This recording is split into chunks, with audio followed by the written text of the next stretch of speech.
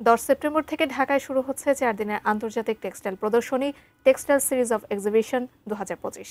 সেমস গ্লোবালের এই আয়োজনে গার্মেন্টস ও টেক্সটাইল শিল্পের বিভিন্ন পণ্য সামগ্রী ও নিত্য নতুন প্রযুক্তি প্রদর্শন করা হবে।